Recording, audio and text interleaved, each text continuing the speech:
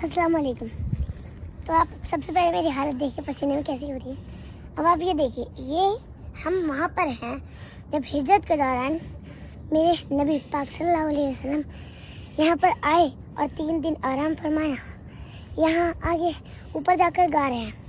यहाँ पर आप ये बहुत ज़्यादा ऊंचाई का सफ़र है, वो दिखा रहे हैं हम कितने नीचे से हैं। वो जहाँ पे सड़क है ना, वहाँ से आए हैं हम लोग, है ना। तो ये इतना ऊंचाई का सफ़र है। अब जब तक आप आधे रास्ते तक पहुँच जाओगे, आधे रास्ते तक आपको शैतान बरगलाता रहेगा और कहता रहेगा वापस चल, थक जाएगा, वापस चल, थक जाएगा। लेकिन अगर आप उसकी बात ना मान के चढ़ते रहोगे, अल्लाह ताला आपकी थकान को दूर कर देगा।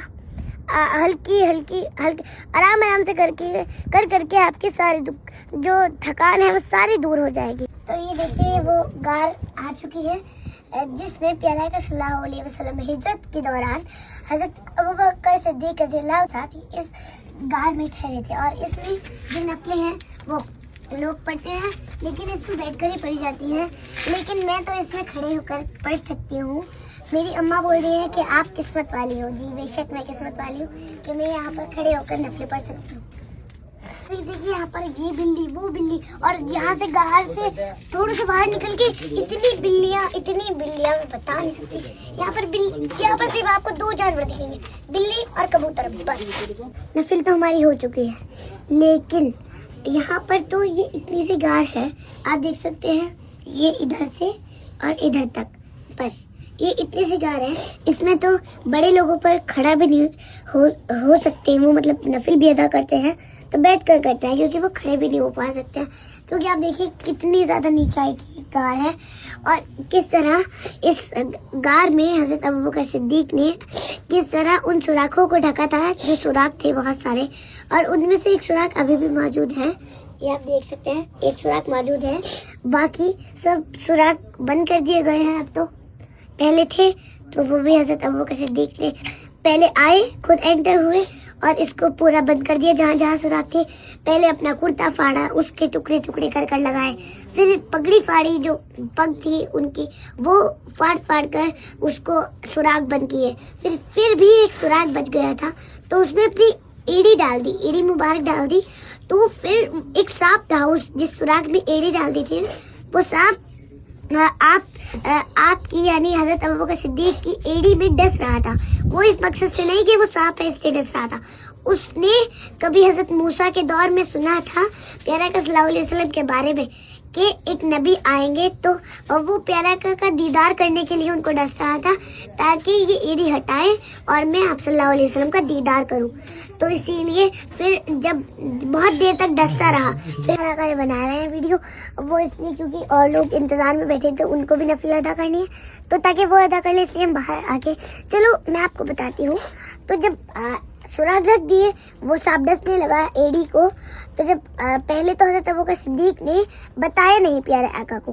प्यारे आका की जो है वो हज़रत अबू बकर सिद्दीक़ के घुटने मुबारक पर सर मुबारक रखकर अपना उनकी आँख लग गई थी।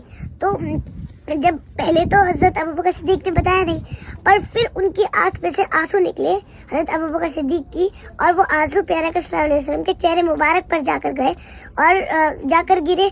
तो प्यारा का सल्लल्लाहु अलैहि वसल्लम की नींद टूट गई, मतलब उठ गए। तो पूछा कि क्या हुआ है अबू बकर, क्यों रो रहे हो? तो हज़रत अबू बकर सिद्दीक़ ने कहा कि कुछ नहीं, एक खतरनाक जानवर ने मुझे डस लिया है, तो इसीलिए मैं जब से हटा नहीं रहा था, अब मैंने हटा लिए एड़ी। तो आप सो जाए, आप तकलीफ मत ले, मैं सह लूँगा। ये देखिए हज़रत अबू बकर सिद्दीक़ की शान, कैसे प्यारा आका को। और जब यहाँ ये जो है चढ़ाई का रास्ता है, इसीलिए आधे से भी शुरू में तो ऊँटनी पर प्यारा आका हज़रत अबू बकर सिद्दीक़ की ऊँटनी पर आए, फिर ऊपर चढ़े, ऐसे उंगलियों के बल चल रहे थे, जैसे चलते हैं ना ऐसे चल रहे थे ताकि दुश्मनों को पैरों के निशान न दिखे। तो जब प्यारा का सल्लल्लाहु अलैहि वसल्लम की उंगलियों मुबारक में से खून आने लगा, तो हज़रत अबू बकर सिद्दीक़ ने उनको अपनी गोद में उठाकर उनको लेकर आए, यहाँ तक फिर गोद में ही लाए। ये देखिए। और जब वापस गए तो हज़रत जब हजरत सब सहाबी थे तो सब सहाबी ने पूछा क्या हुआ, मतलब ए नबी आप आराम कर लीजिए, हम ये सब बातें अबू बकर से पूछ लेंगे। तो हजरत अबू बकर सिद्दीक बताने लगे कि ऐसे ऐसे में उनको उठा कर लेगा, आप सल्लल्लाहु अलैहि वसल्लम को उठा कर लेके गया था ऊपर। तो हजरत उमर बोले कि ए अबू बकर तुम मेरी जिंदगी की सारी नेकियां ले लो, बस ये एक नेकी मुझे दे दो। तो अबू बकर सिद्दीक ने फरमाया कि ए उमर मेरे पास ये एक ही तो नेकी है, अगर मैंने वो भी तुम्हें दे दी तो मेरे पास क्या बचेगा। ये देखिए इतने बड़े सहाबी क्या बोल रहे हैं कि मेरे पास एक ही नेकी है। अब बताए इतने बड़े सहाबी है। तो अब हम जा रहे हैं अपने घर। हाँ। लेकिन मेरी एक बात जरा गौर से सुनना हाँ। कि यहाँ पर आने से आपको शैतान रोकेगा, बोलेगा बहुत ऊंचा है चढ़ नहीं पाएगा, लेकिन आपको हिम्मत नहीं आनी है। शैतान को ठोक कर मार के आपको यहाँ पर आना है। ठोकर अच्छा उसको मार के यहाँ पर आना है। हाँ शैतान के घुटनों को मार के यहाँ पर आना है। हाँ जी। और हिम्मत देखो नहीं आनी कितने से घर दिख रहे हैं वहाँ और से। जब आप आधे रास्ते से बीच में पर आ जाओ, आधे लोग तो बीच में भाग गए वापस। हाँ जी आ जाऊंगा ना, पकड़ा। अरे यार